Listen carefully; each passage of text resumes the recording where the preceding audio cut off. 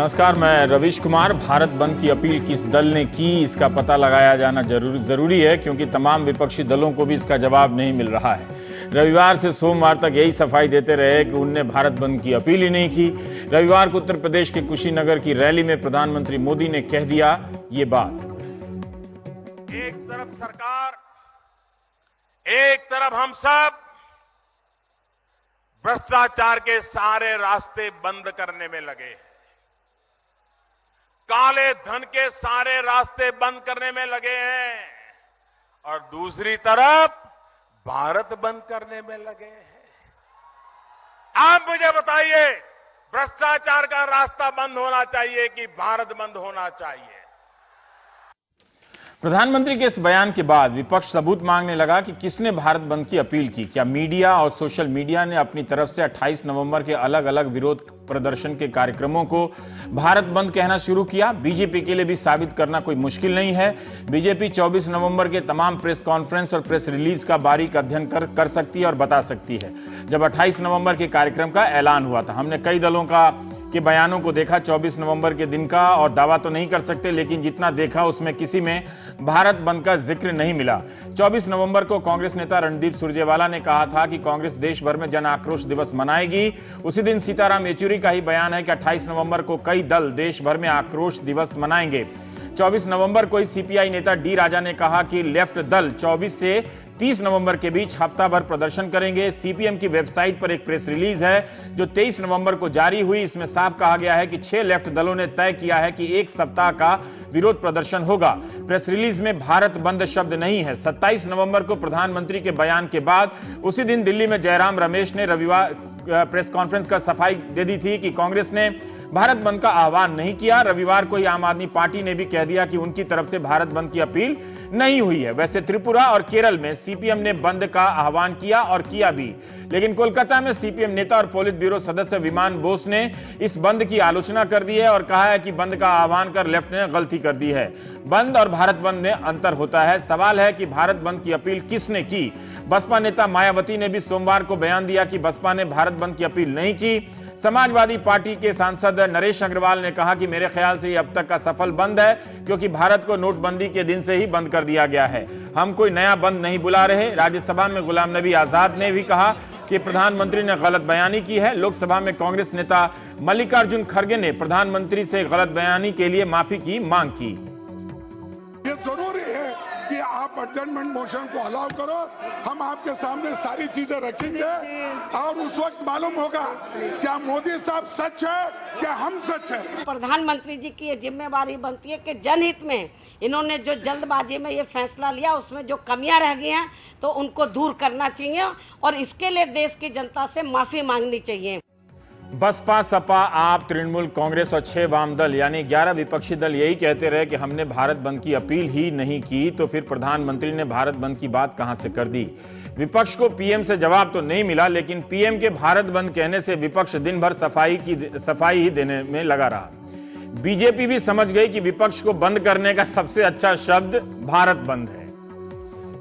प्रधानमंत्री नरेंद्र मोदी जी ने नोटबंदी करके काला धन पर एक घात किया है और उससे काला धन जिनके पास है वो परेशान है।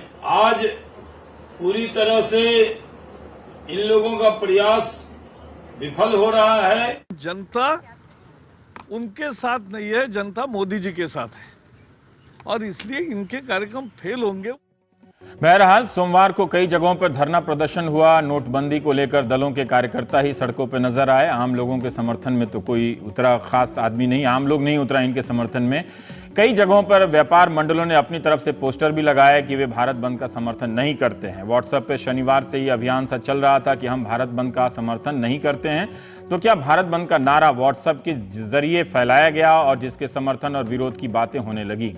समाचार पढ़ने का या पता करने का वक्त अब बहुत लोगों के पास नहीं होता है, तो कोई बात नहीं, व्हाट्सएप की सामग्री को ही खबर मानने की गलती ना करें। हर दल के लोग इसके जरिए कुप्रचार कर रहे हैं। बहरहाल इस बीच नोटबंदी के दौरान इतने नियमों की घोषणा हुई है कि सबका हिसाब रखना मुश्किल है। पहले चर्चा हुई कि जो लोग अपने खाते में 2.5 लाख से ज्यादा पैसा जमा करेंगे तो 200% जुर्माना लगेगा। 10 नवंबर को केंद्रीय राजस्व सचिव डॉक्टर हसमुख अधिया से सवाल पूछा गया कि मान लीजिए विभाग को यह पता चलता है कि किसी खाते में 10 लाख से ज्यादा की रकम जमा की गई है और रकम जमाकर्ता की घोषित आय से मेल नहीं खा रही, ऐसे में जमाकर्ता पर कितना कर और जुर्माना लगेगा? तो उनका जवाब है कि इस तरह के मामलों को कर चोरी माना जाएगा। आयकर अधिनियम की धारा 270A के हिसाब से कर की राशि वसूली जाएगी और भुगतान कर के अलावा 200% की राशि जुर्माना के रूप में वसूली जाएगी। पत्र सूचना कार्यालय की वेबसाइट पर यह सवाल जवाब प्रेस रिलीज में है। 12 नवंबर को प्रधानमंत्री मोदी ने जापान के कोबे में जो बयान दिया उसका आगे आने वाले समाचार से गहरा संबंध है। जापान में पीएम ने यह भी, सुन लीजिए इसको, कोई बचने वाला नहीं है। और जो लोग मुझे जानते हैं वो कुछ समझदार भी है, तो उनको लगता है यार बैंक में जाने के बजाय गंगा जी में जाना अच्छा है। पैसे मिले या न मिले, पुण्य तो मिल जाएगा। जापान में पीएम ने यह भी कहा कि बेईमानों के खातों की जांच के लिए जितने लोगों की जरूरत होगी लगाएंगे, ईमानदार का तो जय जयकार होगा। गाजीपुर की रैली में प्रधानमंत्री ने साफ कर दिया था कि गंगा में नोट बहाने से पाप नहीं धुल जाते। इन बयानों से यही लग रहा था कि जो लोग 30 दिसंबर के बाद अपनी आमदनी का हिसाब नहीं दे पाएंगे उनकी खैर नहीं है, उनके खिलाफ कार्रवाई होगी ही होगी, पैसे जब्त हो जाएंगे। 28 नवंबर को वित्त मंत्री अरुण जेटली ने लोकसभा में आयकर संशोधन बिल पेश किया है। इसके अनुसार खुद आगे आकर अपना काला धन बताने वालों को सफेद करने का एक और मौका मिल सकता है। इसमें जो बातें हैं इसमें लिखी, उसके अनुसार 1 करोड़ ब्लैक मनी पर 30% यानी 30 लाख रुपए आपको टैक्स देने होंगे, 10% यानी 10 लाख जुर्माना लगेगा। जुर्माने का 33% सरचार्ज जो टैक्स पर लगता है यानी 9.90 यानी कि लगभग 10 लाख रुपए, यानी 1 करोड़ में से 49,90,000 रुपए टैक्स कट जाएंगे आपके। अब बचा 50 लाख, तो उसका 25 लाख तुरंत आप घर लेकर जा सकते हैं। 25 लाख रुपया प्रधानमंत्री गरीब कल्याण डिपॉजिट स्कीम में जमा करने होंगे। 4 साल तक आप बिना ब्याज के पैसा प्रधानमंत्री की स्कीम योजना के पास रखेंगे। उसके बाद 25 लाख काले धन वाले को भी मिल जाएगा वो 25 लाख, यानी 1 करोड़ काला धन है तो उसमें से 50 लाख अभी भी बच सकता है पार्ट पेमेंट के तौर पर। यही नहीं, जिन लोगों ने अपनी आय घोषित नहीं की और छापे में पकड़े गए और हिसाब नहीं दे पाए तो उन पर 60 नहीं, जब छापा पड़ गया तो उनको सीधे 60% टैक्स लगेगा, 25% सरचार्ज, 10% जुर्माना और मान लीजिए कि 100 रुपए में 85 रुपया टैक्स में ही चला गया आपका। खुद बता देंगे तो 100 में 50 रुपया आपका रहेगा, नहीं बताएंगे तो 100 में 15 ही बचेगा आपको। यानी दोनों ही सूरत में आप कुछ ना कुछ ब्लैक मनी का 50% से लेकर 15% तक वाइट कर सकते हैं। जब सरकार ने 1 जून से 30 सितंबर के बीच अघोषित आय घोषित करने की एक योजना चलाई थी और उसे अंतिम योजना कहा था, तो ऐसी स्थिति में इस नए संशोधन को क्या समझा जाए? क्या सरकार काले धन वाले को एक और मौका दे रही है? जून से सितंबर की योजना को लेकर सरकार ने साफ कर दिया था कि आयकर विभाग इस बात की कोई पड़ताल नहीं करेगा कि पैसा कहां से आया। 45% टैक्स और पेनाल्टी देने होंगे। जून महीने में ही मन की बात में प्रधानमंत्री ने यह बात कही थी कि जिन लोगों के पास अनडिस्क्लोज्ड इनकम है उनके लिए भारत सरकार ने एक मौका दिया है। जुर्माना देकर हम अनेक प्रकार के बोझ से मुक्त हो सकते हैं। मैंने यह वादा किया है कि स्वेच्छा से जो अघोषित आय के संबंध में सरकार को जानकारी देगा तो सरकार किसी प्रकार की जांच नहीं करेगी। साथ साथ मैं देशवासियों से यह भी कहना चाहता हूं कि 30 सितंबर तक की ये योजना है, इसको एक आखिरी मौका मान लीजिए।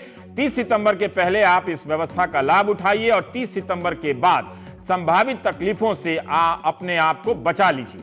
नए संशोधन पर हम बात करने जा रहे हैं। कुछ प्रावधान तो पुराने भी हैं और कुछ नए जोड़े गए हैं। सरकार को यह संशोधन क्यों करना पड़ा जब उसने 1 जून से 30 सितंबर की कार्रवाई को आखिरी मौका कहा? क्या नोटबंदी के दौरान या बाद में मिलने वाले अघोषित आय को पूरा जब्त नहीं कर लेना चाहिए? क्या ऐसा हो सकता है? यह भी समझना जरूरी है।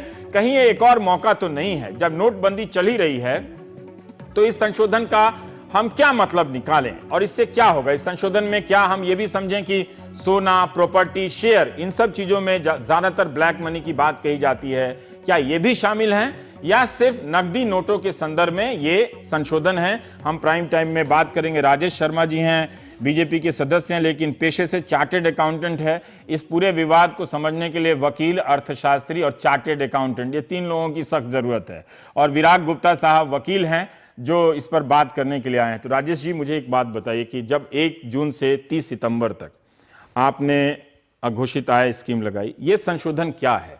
क्या ये सख्त कार्रवाई है? इस तरह से तो लग रहा है कि काले धन वाले को आप एक और मौका दे रहे हैं कि चलो अब भी 50 बचा लो, नहीं तो नहीं बचाओ तो चलो कुछ नहीं तो 15% बचा लो। मैं आपको एक चीज बताऊं कि इसमें 50% लग रहा है, 49.9 ये तो आप लोगों ने अभी दिखाया ही। हाँ। उस 49.9 को छोड़ करके अगर हम 12% ब्याज मानते हैं, उस 12% ब्याज को अगर हम 3 साल के लिए कैलकुलेट करते हैं, 4 साल के लिए, तो वो फर्दर 10% का और कॉस्ट है। सर हम सीए और वकील दोनों नहीं हैं, ये 12% कहां से ले आए? सर मैं कह रहा हूं कि 12% का ब्याज कहां मिलता है? 25% अमाउंट को आप 4 साल कोई ब्याज नहीं मिलेगा। हाँ। और कहीं पे भी अगर कोई भी आदमी एक नॉर्मल ब्याज पे भी कहीं पे जो पीएम डिपॉजिट स्कीम में जमा हो जाएगा, जो जमा हो जाएगा उसमें कोई ब्याज नहीं मिलेगा। हाँ। और वो जो अगर लेकिन अगर आधा पैसा 50 पैसा 50 रुपया 100 में तो आपका बच गया ना जी। कुछ पैसा ब्याज के साथ, ब्याज आप उस 25 लाख को लेंगे तो वो भी तो आप मार्केट में ब्याज पर लगाएंगे क्योंकि वो आपका व्हाइट मनी हो जाएगा जी। वो जो 25 है वो आज आपको मिल गया, पर हाँ, अगर वो 25 वो का 25 ब्याज लेके तो और 10% का कॉस्ट पड़ता है, तो 49 प्लस 10% ब्याज का कॉस्ट, तो 60% का कॉस्ट करीब करीब उस आदमी को पड़ता है। तो 60% मैं उलझ गया सर, थोड़ा सरल हिंदी में बता दीजिए अभी। लोगों को समझना ज्यादा जरूरी है, सही गलत से ज्यादा। देखिए 50% तो टैक्स लग गया, ठीक, 50% अब बच गया 1 करोड़ में 50 लाख रुपया। 25 लाख रुपया लेके आप घर चले जाइए, आपका व्हाइट मनी हो गया। घर चले जाएंगे। और 25 लाख भी व्हाइट मनी है, लेकिन वो प्रधानमंत्री गरीब कल्याण जमा योजना में रहेगा वो पैसा। वो 4 साल बाद 4 साल बाद लेंगे, उसमें कोई आपको ब्याज नहीं लगेगा। हाँ, उसमें ब्याज नहीं मिलेगा, तो उसकी ब्याज का कॉस्ट करीब करीब 10% है। लेकिन जो 25 लाख आप लेके गए उस पर तो ब्याज कमा सकते हैं ना। नहीं, वो तो आपको आज का पैसा आज मिला, मिल गया तो व्हाइट मनी हो गया, उसको तो आप कहीं भी इन्वेस्ट कर सकते हैं। 25 आपको मिल गया और ये 25 भी 4 साल बाद आपको वो क्यों मिलना चाहिए? पर आपको जब लोग एक ईमानदारी के रास्ते पर, प्रधानमंत्री ने कहा कि ईमानदारों को कोई तकलीफ नहीं होगी, और जिसने इसके बाद हिम्मत की पैसा नहीं बताने की, तो जितने लोगों की जरूरत होगी हम उतने लोगों को लगा के आजादी के बाद तक उनका खतियान निकालेंगे। तो ये क्यों है? देखिए, खतियान निकालने में एक लिमिटेशन एजेंसीज की रहती है, इनकम टैक्स डिपार्टमेंट की रहती है, देश भर में करोड़ों अकाउंट है, सारी चीजों को चेक करने में एक चीज लगती है। आज कोई गलत रास्ते से लोग इसमें कोशिश कर रहे हैं अलग अलग अकाउंटों में, जैसा उनको जब्त करना चाहिए ना। अब जब योजना में 27,000 जब उनको बीडीआईएस का जून जुलाई अगस्त सितंबर 4 महीने का मौका दिया गया, तो अब इसके बाद क्यों उनको मौका मिलना चाहिए? सर मौका मिला है तो उसमें बहुत बड़ी पेनल्टी है, 40% ही करीब करीब उनका बच पा रहा है। मैं आपको ये बता रहा हूं, तो 45% वहां पेनल्टी थी, 45% थी, तो अब इसमें 50% ले रहे हैं। लेकिन 4.9% अगर आप देखें तो यही पेनल्टी बढ़ा है ना आप एक तरह से। पर ये अगर आज आप दूसरे रास्ते से तो अगर 45% जब आपने लगा दिया था पहले, और अब आप लगभग 5% से भी कम है ना, करीब करीब 5% की और अतिरिक्त पेनल्टी लगा रहे हैं, तो एक तरह से आप वैसे ही लोगों को उत्साह दे रहे हैं कि इतना सारा होने के बाद भी अब आप चाहें तो बदल सकते हैं। क्या सर चाहे तो बदल सकते हैं, तो उनका अमाउंट बहुत कम मिल रहा है। आज अगर हम टैक्स के मार ले लें, क्यों मिलनी चाहिए? तो 40% इतने लोगों ने, गरीब लोगों ने तय किया, इतना कष्ट किया लोगों ने, सबने बर्दाश्त किया, उनको क्यों छूट मिलनी चाहिए? सर वीआईडीएस में लोग आए, जो वीआईडीएस में नहीं आए हैं, ऐसे कोई व्यापारी या कोई किसान या कोई ऐसे लोग हैं जो वाकई में जिन लोगों से नहीं हो पाया है, और उसमें कुछ लोग ऐसे हैं जिनसे रह गया हो, वो लोग आप इसके अंदर में आकर के वो आपकी क्या आलोचना है इसके? नहीं, देखिए 2 बातें हैं। सरकार का एक ये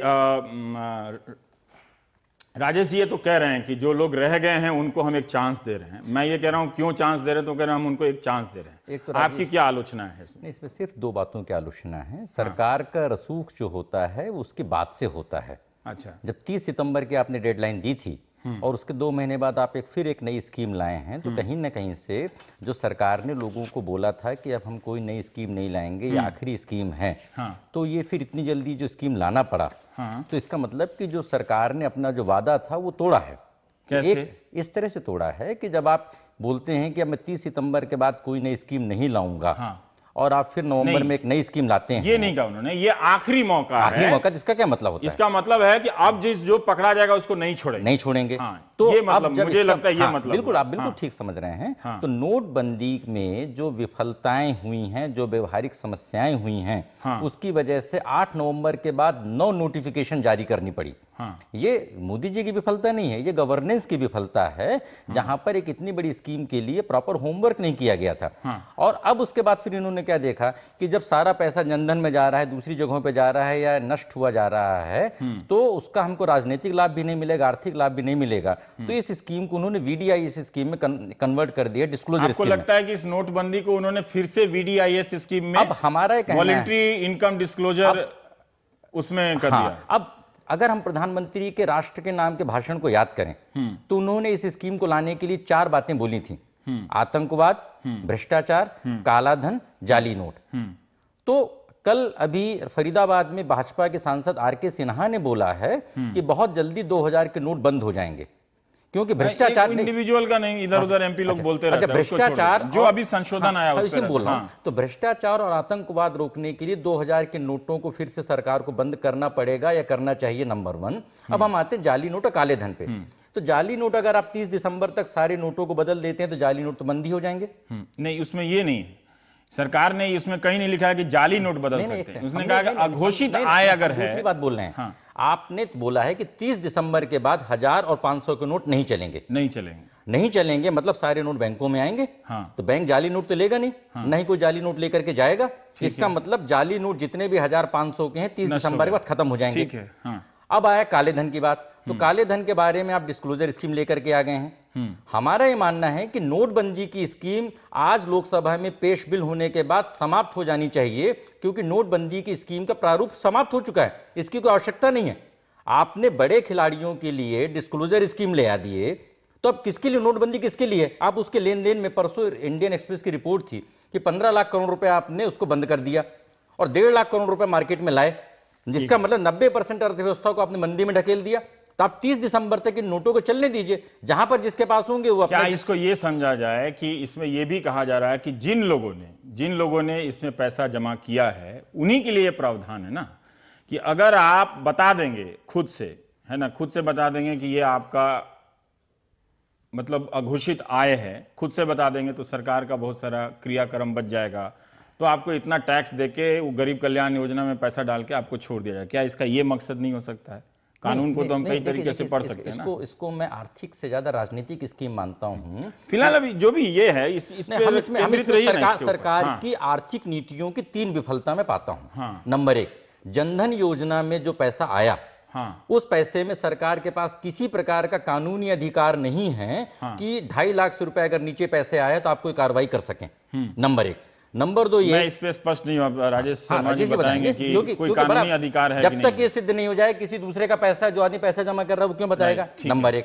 नंबर 2 ये है कि जो उन्होंने पहले बोला कि 200% तक हम पेनाल्टी लगाएंगे और अब उसको सीधे 50% में लेकर के चले आए हैं। इसका मतलब कि कहीं ना कहीं से वैधानिक स्थिरता। इस पे जवाब दीजिएगा। एक तो वो जनधन वाली बात कही, वो आपके पहले मैं एक चीज कहूंगा कि जनधन में अगर कभी भी प्रूफ होता है दूसरे लोगों के पैसे कई लोगों के अकाउंटों में डाले जा रहे हैं, तो उसके ऊपर इंक्वायरी डेफिनेटली स्टार्ट हो सकती है, उसके ऊपर में पकड़ेंगे भी। और ये देश के, एक सेकंड, जब ये संशोधन आ गया है, मान लीजिए आपने पकड़ भी लिया, तो उसको क्या 50% देके उसको राहत मिल जाएगी? यही हुआ ना? इसमें तो आपको डिक्लेयर करना पड़ेगा, जिसने डिक्लेयर नहीं किया है। मान लीजिए किसी ने जनधन में जिसने पैसा जमा किया है और वो बता दे कि उसकी अघोषित आय है।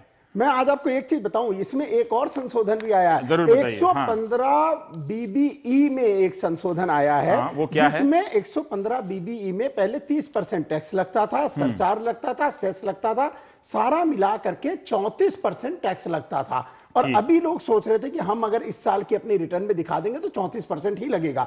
तब उस समय गवर्नमेंट की यह विडंबना थी कि जो हम 45% उन लोगों से लिए हैं जिन लोगों ने खुद ब खुद किया है, खुद ब खुद डिस्क्लोज किया। और आज जो लोग अब बच गए हैं उनसे अगर हम 34% लेते हैं तो वो उन लोगों के साथ गलत होगा।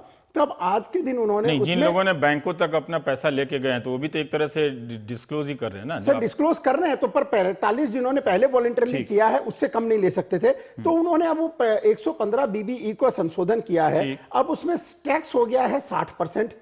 टैक्स 60% के बाद में उसमें। पर मैं एक बात जानना चाहता हूं, आप लोग CA लोग हैं, ठीक है, जो बेईमान है, प्रधानमंत्री ने बेईमान शब्द का इस्तेमाल किया है ना, और ये कहा है कि लगा देंगे सारे लोगों को, छोड़ेंगे नहीं, ईमानदार को परेशानी नहीं होगी। जी। तो ये अगर मैं सवाल पूछूं कि अगर इस इतने सख्त स्कीम के बाद भी अगर किसी ने पैसा नहीं जाहिर किया है तो उसको पूरा जब्त क्यों नहीं किया जाए? उसको फिर सजा क्या मिली? सर, अगर लोग ये जानना चाहें कि उसको सजा क्या मिली, सर, उसका तो ऐसे ही हम ये अनुमान लगा रहे हैं कि कुछ पैसा कमीशन में डाल के वो बचा ले रहा है, पता नहीं सच है कि नहीं है, लेकिन ये बात है तो ये भी एक तरह की एक्सचेंज स्कीम है, क्यों ना समझें। एक्सचेंज स्कीम नहीं, मैं सबसे पहले बताऊं, पहले से इनकम टैक्स एक्ट में एक सेक्शन है 115 BBE, अच्छा। जिसमें 34% टैक्स दे करके वो आदमी अपने आप को बचाने की कोशिश कर सकता था। कभी भी, कभी भी कर सकता था। कभी भी किसी के पास ब्लैक अगर मनी था- है, एक सेकंड, किसी के पास ब्लैक मनी है तो बिना सोर्स बताए आके 34% टैक्स देके वाइट कर लेगा, ऐसा है? ऐसा 34% जमा करके 115 BBE में था, ऐसा पहला अच्छा, मुझे प्रोविजन तो था। नहीं लगता सर कि उसको- ऐसा है। नहीं, ऐसा था क्योंकि हाँ? उसमें नहीं तो सारे लोग 45 वाले पहले 34 जाके अपना सारा पैसा नहीं, डिस्क्लोज ये करा अभी अभी जब लोगों ने जो आज के दिन जमा किया है उसको इसका फायदा लेते लोग, इसलिए 115 का जो पहले मैं ये बात सही है विराट? मैं संशोधन बता दूं पहले। हाँ। 115 BBE में ये संशोधन कर दिया गया कि अब 60% टैक्स हो गया, 25% ज्यादा टैक्स सर, लेके फिर भी 25% उसको आप उस पे इतनी रहमदिली क्यों दिखा रहे हैं, क्यों इतनी रहमत दिखा रहे सर हैं? आज के दिन उसको जो बेईमान है सो बेईमान है, जिसने गलत तरीके से पैसा कमाया है और सर- नोटबंदी का इतना हार्डशिप उतना कष्ट सहने के बाद ही कोई पकड़ा जाता है, सर, तो उसके ये- साथ मुरव्वत सर क्यों? मैं आज आपको बताऊं 115 BBE का जो संशोधन हुआ है वो लाइफ लॉन्ग होता है, ये कई सालों के लिए होता है, कोई ये 50 अब ये दिन हमेशा नहीं के हुआ लिए। नहीं, अब ठीक ये है, लेकिन पहले- इससे तो पहले कोई जो लाभ हो सेक्शन जाएगा ना। बना था, अब ये 60% प्लस 25% सरचार्ज 75%, 75% के ये कह ऊपर रहे हैं में आगे के अगर लिए भी उसने व्यवस्था रिटर्न कर नहीं दी भरी गई। तो उसका 7.5%, 6% विराट जी होगा। बताइए। तो वो हाँ, 81% के आसपास बगैर टैक्स लग इन जाएगा। जटिल- 85% बगैर- टैक्स भी 81%, 85% टैक्स भी एक तरह से सख्त सजा है। सजा नहीं है, सजा के लिए तो अलग प्रावधान होते हैं, प्रोसिक्यूशन और सजा के लिए। ठीक है, इसको सजा नहीं कहना तीन चाहिए, बातें ठीक है, हैं। हाँ। नंबर एक, जिन्होंने जनधन के बारे में बोला कि जनधन में कार्रवाई होगी, मैंने पिछली प्रोग्राम में भी बोला था कि 2,26,000 बड़े ट्रांजेक्शन्स की कार्रवाई आज तक नहीं कर पाए, तो 35,000 रुपए की कार्रवाई करने के लिए इनकम टैक्स विभाग के क्या पास पता रिटायर्ड लोगों को भी ले आए साथ में, लाने वाले हैं, सुन रहे हैं कि रिटायर्ड लोगों को भी जोड़ ले आएंगे सबको हम इनकम उसमें टैक्स। कानूनन देखें, 2.5 लाख रुपए से नीचे जिसकी भी आमदनी है वो टैक्स में छूट है उसको, तो आप जनधन वाले को टच ही नहीं कर सकते, नंबर एक। नंबर दो, ये पूरी प्रक्रिया पिछले 1 महीने में 25 सालों की उदारीकरण की प्रक्रिया को ध्वस्त करती है। क्यों? क्योंकि आप एक इंस्पेक्टर राज, पुलिस राज को लाते हैं। मैं इसको छोटी सी बात बताता हूं। एक आदमी की पिछले साल की आमदनी थी 20 लाख रुपए और उसके पास कैश इन हैंड था 10 लाख रुपए। इस साल वो 10 लाख रुपए कैश इन हैंड जमा करता है। आप बोलते हैं 2.5 लाख से ऊपर जमा करने पे मैं 200% या 50% पेनल्टी लगाऊंगा, पर वो जाके जस्टिफाई कर देता है कि मेरे पास तो कैश इन हैंड था, तब आपको 34% ही टैक्स लगाना पड़ेगा।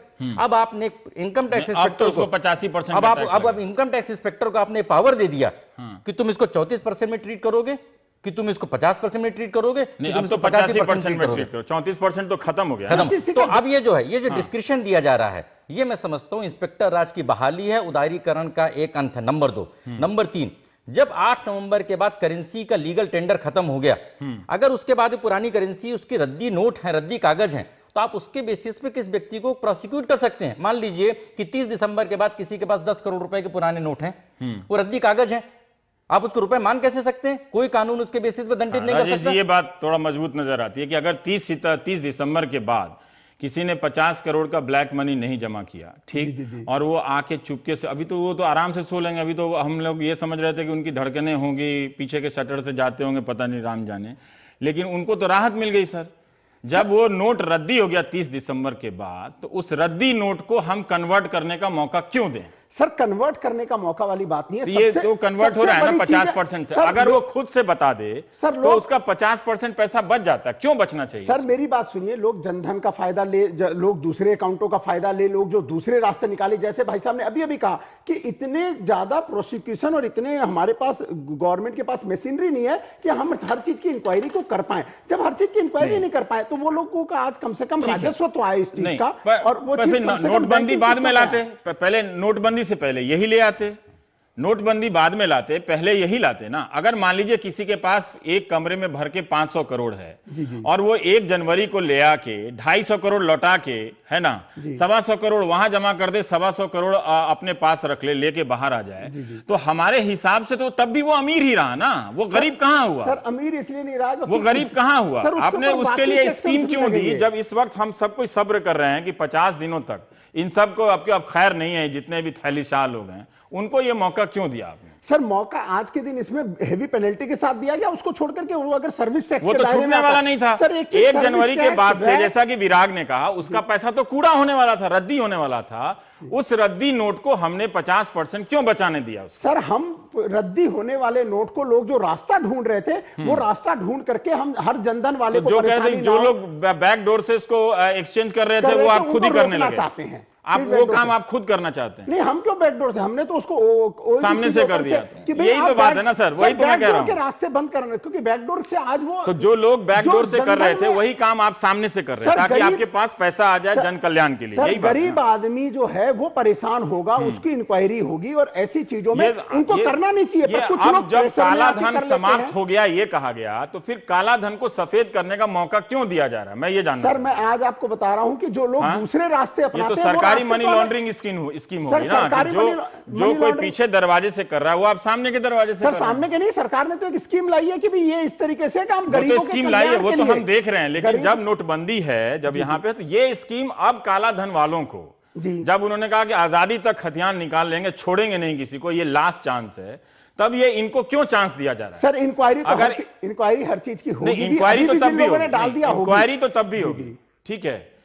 देश की जनता जब लाइन में लगी है ना, इंक्वायरी तो होनी है, उसकी भी लाइन में जो लोग गलत पैसा जमा कर रहे हैं, जो अपना सोर्स नहीं बता पाएंगे, तो उनके लिए तो सजा है ही, जी जी है ना।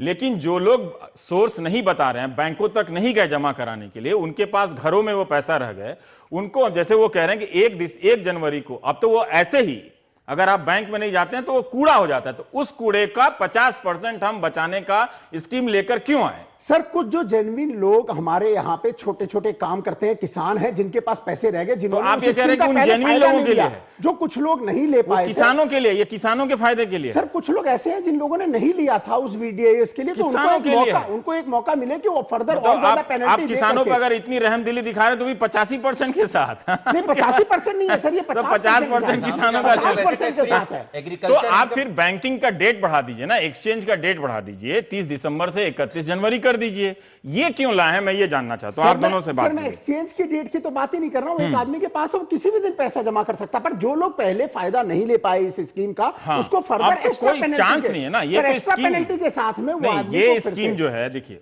हो सकता है कि हम ना समझे, आप ना समझ रहे हो, आपकी बात ना समझ, क्योंकि आप सीए हैं, आप वकील हैं, पर जैसे विराग ने कहा कि भाई 1 जनवरी से 8 नवंबर से ही ये पैसा रद्दी हो जाता है, अगर आपने इस रद्दी को बैंक तक नहीं पहुंचाया तो कोई चांस नहीं है बचने का। तो एक तरह से एक्सचेंज स्कीम तो आप वहां दे ही रहे हैं सबको, सर तो जो बैंकों तक नहीं गया उसको बाद में पिछले दरवाजे से और आप बल्कि सामने दरवाजे से बदलने का मौका क्यों दिया जा रहा है? सर कई सालों में लोगों की मेहनत मुशक्कत से कमाई वो अगर काला है, धन है सर, वो काला धन कमाया है। हुआ पैसा है, और उन लोगों ने अगर रिटर्न देखिए, नहीं अब भरा जब है, आप तो नोटबंदी एक बार में ये VDIS बात नहीं देखा। एक बार नहीं, VDIS राजेश जी, लेके आए हैं, जब और नोटबंदी उसके बाद करते जो लोग समय रह गए हैं उनके लिए ये एक नहीं, नई राजेश स्कीम जी, जब लेकर आप के आए। नोटबंदी करते समय ये नहीं सोचे कि उनकी मेहनत का पैसा है, कई सालों से कमाया हुआ है, तो अब जो है उसमें एक तरह से अब क्यों रहमत आ सिर्फ गई? वैसे ही लोगों के लिए क्यों ये रहम चीज दिखा? है कि भाई बाकियों की तो मेरा- इंक्वायरी इनकी होगी बात को होगी। मैं मानूं, अगर मैं इनकी हाँ। बात को मानूं तो तत्काल प्रभाव से नोटबंदी की स्कीम को खत्म कर देना चाहिए। हाँ। जब ये बोल रहे हैं, इन्होंने बेसिकली भ्रष्टाचार, काला धन और बचत को तीनों को मिक्स कर दिया है।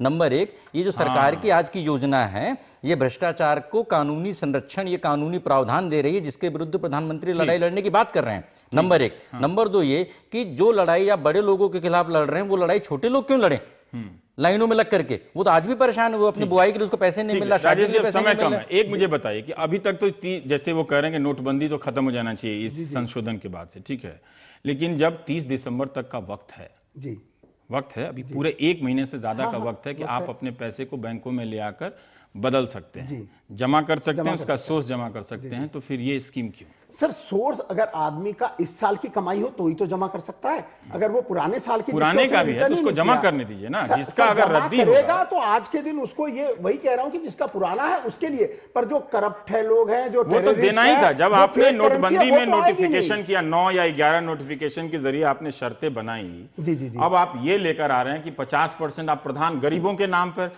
तो ये पूरी नोटबंदी की योजना तो यही कही जा रही है कि इससे जो पैसा आएगा हम गरीबों के कल्याण के लिए खर्च करेंगे, ठीक, काला धन वाला समाप्त हो गया। अब तो 50% बच गया सर, जिसके पास हजार करोड़ रुपए हैं, अंत में क्या ये नहीं समझा जाए कि अंत में जाकर आप बड़े मोटे आसामी को आप राहत दे रहे हैं कि चलो तुम्हारा 2000 करोड़ है तो 1000 करोड़ गया, 1000 करोड़ बचा लो। अभी इस बार एक चीज है कि पिछली बार हमने कहा था कि गुप्त रखा जाएगा, इस बार ऐसा कुछ नहीं कहा गया है कि इसके ऊपर गुप्त रखा जाएगा। दूसरी जो एजेंसीज है, सर्विस टैक्स, वैट, उनको नहीं दिया जाएगा, ऐसा कुछ नहीं कहा गया। ये पैसा कंसोलिडेटेड फंड में जाता है, क्या आप उसको पीएम फंड में डाल सकते हैं? ये एक संवैधानिक प्रश्न है। इस एक और बात हम अपनी तरफ से भी कह दें कि ये एक ऐसा मसला है, वित्त, अर्थव्यवस्था, सीए, वकालत, सब समझने के लिए अभी हमें भी काफी पढ़ना पड़ रहा है। तो हो सकता है कि जो भी है, लेकिन लोगों को जो लाइन में जो थका थका सा है उसे कभी ना लगे कि वो ठगा ठगा सा भी है।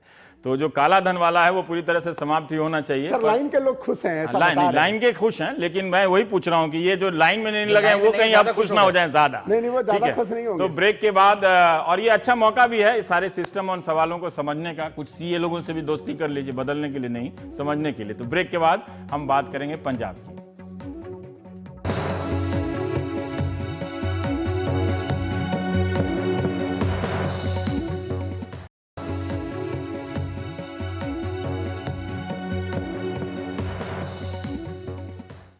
पंजाब की नाभा जेल ब्रेक के बारे में खबर, एक शब्दों के अंतर पर आपको बताना चाहता हूं। जब मध्य प्रदेश में जेल ब्रेक की घटना हुई थी तब मैं खुद कथित रूप से आतंकवादी या कैदी शब्द का इस्तेमाल कर रहा था तब, लेकिन काफी जुनूनी लोग गालियां दे रहे थे कि आप आतंकवादी क्यों नहीं बोल रहे हैं। लेकिन पंजाब में जो जेल ब्रेक हुई है, आप उसकी हेडलाइंस देखिए तो कहीं लोग आतंकवादी का इस्तेमाल किया है, पर ज्यादातर लोगों ने मिलिटेंट लिखा है और कैदी लिखा है। तो ये अंतर क्यों? ये अंतर होना चाहिए। दरअसल आदर्श स्थिति यही है कि आप मिलिटेंट और टेररिस्ट में फर्क करें, और जो अलेज्ड है और जिस पे आरोप साबित ना हुए हैं उसमें भी फर्क करें। तो खैर, पंजाब की नाभा जेल पर 10 हथियारबंद बदमाशों के हमले और 10 मिनट के अंदर 6 कैदियों को लेकर भाग निकलने के बाद पंजाब की जेलों की सुरक्षा पर सवाल हो रहे हैं। यह तब है जब 31 अक्टूबर को हुए भोपाल जेल कांड के बाद केंद्र सरकार ने जेलों के लिए खास दिशा निर्देश जारी किए। इसके बावजूद नाभा सेंट्रल जेल में यह वारदात हुई। जानकार बता रहे हैं कि पंजाब में जेलों की सुरक्षा बहुत ही लचर है, और खबर यह है कि इसकी बाहरी सुरक्षा का जिम्मा ठेके पर रिटायर्ड फौजियों की संस्था के पास है, यानी पुलिस के पास नहीं है। अंदर के इंतजाम भी बहुत कमजोर हैं, और इस सब को दुरुस्त करने की सिफारिश उन्हीं एडीजी जेल एमके तिवारी ने की थी कि यह प्राइवेट एजेंसी के पास नहीं होने चाहिए सुरक्षा, जिन्हें इस घटना के बाद सस्पेंड कर दिया गया।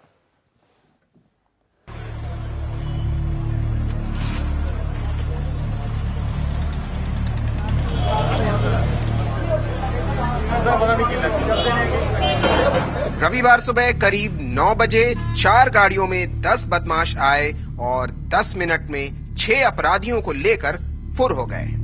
किसी फिल्म के स्क्रिप्ट में भी 10 मिनट के अंदर जेल ब्रेक को दिखाना चुनौती हो सकती है, लेकिन नाभा हाई सिक्योरिटी जेल में ये कारनामा बेहद आसानी से अंजाम दिया गया। वैसे ये सिर्फ कहने को हाई सिक्योरिटी जेल है। आतंकवाद के जमाने में जेल की बाहरी सुरक्षा का जिम्मा केंद्रीय अर्धसैनिक बलों के पास होता था, लेकिन अब यहाँ रिटायर्ड फौजी तैनात किए जाते हैं जो पेस्को यानी पंजाब एक्स सर्विसमैन कॉरपोरेशन के मुलाजिम होते हैं। पेस्को पर बादल सरकार इस कदर मेहरबान है कि इसके हाथों में जेलों समेत कई महत्वपूर्ण ठिकानों की सुरक्षा सौंप दी गई है। रविवार को बलि का बकरा बनाए गए कारागार महकमे के उप महानिदेशक एमके तिवारी और इनसे पहले कई अफसर जेलों से पेस्को की तैनाती खत्म करने की सिफारिश कर चुके हैं। जहां तक पेस्को की बात है, जो कि पंजाब एक्स सर्विसमैन कॉरपोरेशन है, एक कॉरपोरेशन बना हुआ है जिसमें कि पंजाब सरकार की भी अपनी हिस्सेदारी है। उसमें बेसिकली एक्स आर्मी पर्सन आते हैं। एक्स आर्मी पर्सन जो आते हैं वो भी नेचुरली मिक्स्ड हैं। कुछ इसमें बहुत एक्टिव हैं, अलर्ट हैं, चौक पाबंद हैं, और कुछ हैं नेचुरली जो कि शायद किसी रीजन की वजह से उतने एक्टिव या अलर्ट नहीं हुए हैं। पंजाब सरकार की सबसे बड़ी गलती तो मैं कहूंगा कि जो भी इंपॉर्टेंट सिक्योरिटी इंस्टॉलेशन है उसमें उन्होंने सारी पेस्को ही लगा रखी है, चाहे वो भाखड़ा नंगल डैम हो, चाहे वो पंजाब प्रिजन हाउसेज हैं या और वाइटल सिक्योरिटी इंस्टॉलेशंस हों। सूत्रों के मुताबिक सस्पेंड किए गए उप महानिदेशक एमके तिवारी ने कारागार महकमे का चार्ज संभालते ही बादल सरकार को जेलों की सेहत सुधारने के लिए कई अहम सुझाव दिए थे। नाभा जेल के लिए उन्होंने एक रिपोर्ट सरकार को सौंपी थी। जेल में मुलाजिमों और सुरक्षा कर्मियों की बेहद कमी है। जेल की सुरक्षा को बेहतर करने के लिए 192 पुलिस कर्मियों की तैनाती की जाए। जेल की दीवार बेहद पुरानी हो चुकी है, इसकी फौरन मरम्मत होनी चाहिए और पेस्को से जेल की सुरक्षा का जिम्मा वापस लिया जाए और पंजाब पुलिस के हवाले किया जाए। लेकिन आरोप है कि सरकार ने इस रिपोर्ट को तवज्जो नहीं दी। इससे पहले भी कई दफा जेलों की सुरक्षा व्यवस्था को लेकर सवाल उठ चुके हैं। मामला पंजाब हरियाणा हाईकोर्ट तक गया, लेकिन नतीजा सिफर ही रहा। और इसके अलावा सिक्योरिटी को और भी बहुत सी रिकमेंडेशंस हुई थी कि जैसे है कि टोटल वहाँ पे जैमिंग होनी चाहिए, एक्सरेज होने चाहिए, पेट्रोलिंग का इंतजाम होना चाहिए, लाइटिंग का इंतजाम होना चाहिए, डॉग्स होने चाहिए, जो कि कोई भी इसमें एक भी रिकमेंडेशन बदकिस्मती से सरकार ने नहीं मानी। और वो भी जब ये recommendations Punjab and Haryana high court ने वहाँ पे 3 मेंबर कमेटी बनाई थी, जिसमें 3 सिटिंग जज हाई कोर्ट के थे। उनको इसके बारे में काफी विस्तृत रूप से चर्चा भी की गई थी, उनको बताया भी किया था और उन्होंने जहां तक मुझको पता है होम सेक्रेटरी को, प्रिंसिपल सेक्रेटरी होम जो होते थे, उनको इस बारे में खींचा भी था। जानकार बताते हैं कि किसी भी जेल में 5 से 7 गेट होते हैं। जेल की ड्योढ़ी किसी किले से कम नहीं होती। ये जेल का मुख्य प्रवेश द्वार होता है, जिसमें 10 से 12 फुट के फासले पर 2 बड़े बड़े गेट लगे होते हैं। इन दोनों गेट के ताले भीतर की तरफ होते हैं, यानी बाहर से कोई इन्हें खोल नहीं सकता। ड्योढ़ी के एक तरफ जेल अधीक्षक और दूसरी तरफ उपाधीक्षक के कमरे होते हैं, यानी ड्योढ़ी पर होने वाली हर गतिविधि पर दोनों तरफ से नजर रखी जाती है। जब तक कोर्ट के आदेश के कागजात ड्योढ़ी के संतरी को नहीं दिए जाते और वो अपने अफसर को उसे दिखाकर संतुष्ट नहीं हो जाते, तब तक किसी भी बाहरी शख्स के लिए गेट नहीं खोले जाते। नाभा जेल कांड में सभी नियमों को ताक पर रख दिया गया। साफ है, किसी भीतर के मुलाजिम की गैंगस्टर्स के साथ साठगांठ रही होगी। 100%, 100%। ये जो व्यक्ति जिन्हों उनको छुड़ाने गए हैं, वो 8:56 पे वहां पे पहुंचे और 9:04 तक कार्रवाई अपनी करके सबको लेके चले गए। जो व्यक्ति भागे हैं, जिसमें कि पुराने गॉन्डर ग्रुप और दूसरे गैंगस्टर्स और 2 एक्स मिलिटेंट्स भी वहां पे थे, वो उस समय मौजूद थे, वहां पे बैठे हुए थे, वेट कर रहे थे ड्योढ़ी में कि कब उनको निकाला जाए। और इसके पहले जो पिंडर पकड़ा गया है शामली में, उसने कहा भी है इसका मकसद था सिर्फ इन व्यक्तियों को छुड़ाना, गैंगस्टर्स को, और वो वहां खुद ही जेल में रह चुका था। सूत्रों के मुताबिक योजना सिर्फ 4 गैंगस्टर्स को छुड़ाने की थी। आतंकवादी हरमिंदर मिंटू और कश्मीर सिंह को इसकी भनक लगी तो वो भी साथ हो लिए। पंजाब में 2 महीने बाद चुनाव होने वाले हैं, जिसमें धन और बाहुबल दोनों का भरपूर इस्तेमाल होगा। बाकी स्टेट्स का मुझको पता नहीं है, पर पंजाब में मुझको पता है कई जो ड्रेडेड क्रिमिनल्स हैं, गैंगस्टर्स जो हैं। अभी डीजीपी का लेटेस्ट स्टेटमेंट जो आया था कि पंजाब में आज की तारीख में 52 गैंग है। और पंजाब आपको पता है छोटी सी स्टेट है। इतनी छोटी सी स्टेट में 52 गैंगस्टर्स का ग्रुप या 52 बाहुबलियों का ग्रुप, जिन्होंने कि लोगों को वहां पे आतंकित कर दिया है, वो उनका वहां पे लगातार उनका वहां पे एक तरीके से कहिए साम्राज्य है। एक साइड में वो आ गया और दूसरी साइड में एक पॉलिटिकल कोशिश कि एक क्रिमिनल है, एक पर्टिकुलर व्यक्ति का, पॉलिटिशियंस का मोहरा है, उसका काम करता है, उसकी कोशिश होती है इसको लगातार फैसिलिटी मिलती जाए। मुझे पता है कि कई गैंगस्टर्स ऐसे जेल में बैठे हैं, जेलों में बैठ करके बाहर इंटिमिडेट करते गए, उनको पॉलिटिकल संरक्षण प्राप्त है। रोज फोन आता था कि इस व्यक्ति का पैरोल होना है, आज शाम तक इससे कागज पैरोल के पूरे बन करके सरकार तक चले जाना चाहिए और सरकार से पास होकर के आगे गवर्नर साहब के पास भी चले जाने चाहिए। इस व्यक्ति की छुट्टी है, 2 घंटे में इसकी छुट्टी के कागज जो है पूरे बना देने चाहिए। इस व्यक्ति को A स्थान से B स्थान में ट्रांसफर करना है, मुझे 2 घंटे में इसका ट्रांसफर करके इसको रिपोर्ट करिए। और कई बार इनके खिलाफ जो मैंने कोशिश भी की थी रोकने की, तो सरकार की ओर से लगातार एक नेगेटिव अप्रोच ही नहीं है, बल्कि मेरा उनसे इस बात पे लगातार झगड़ा भी चलता रहा, जिसके बारे हमारे यहाँ पे Punjab and Haryana high court ने एक 3 मेंबर कमेटी बनाई थी, जिसमें 3 सिटिंग जज वहां पे मौजूद थे।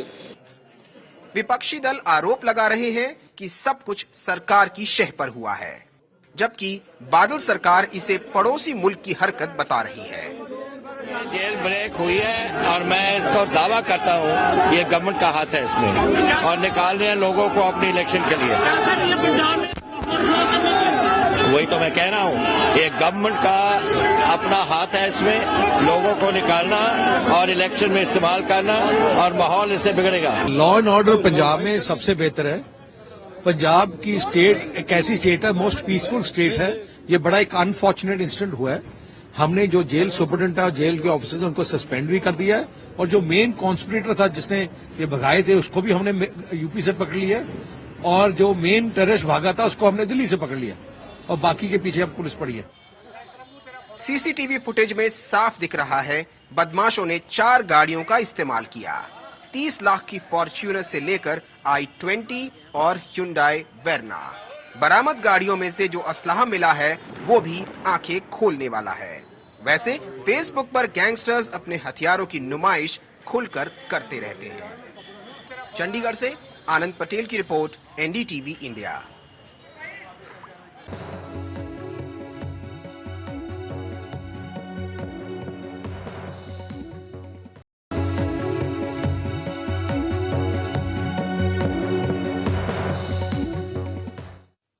प्रधानमंत्री मोदी ने कैशलेस अर्थव्यवस्था की ओर बढ़ने की अपील करते हुए लोगों से कहा है कि वो लेस कैश के साथ जीना सीखें, यानी कम नकदी में गुजारा।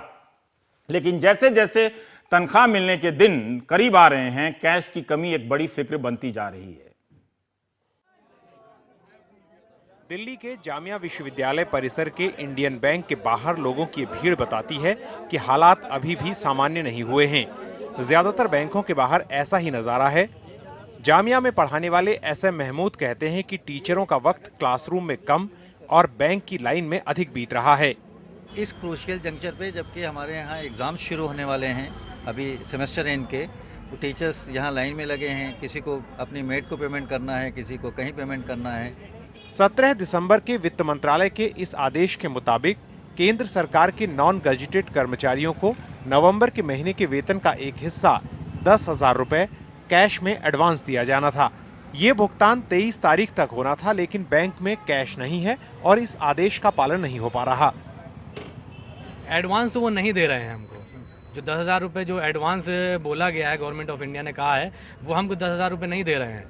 तो हमें सिर्फ ये है कि अपने अकाउंट में सैलरी आएगी और अकाउंट से हमको विड्रॉ कराना है। सप्लाई ही नहीं हो पा रहा है, कैश सप्लाई नहीं हो पा रहा है। मान लिया अगर हम अप्रूवल आ भी जाता है, कैश सप्लाई नहीं हो पा रहा है, इसलिए नहीं दे पा रहे हैं। समस्या आने वाली 1 तारीख और उस दिन मिलने वाले वेतन की भी है।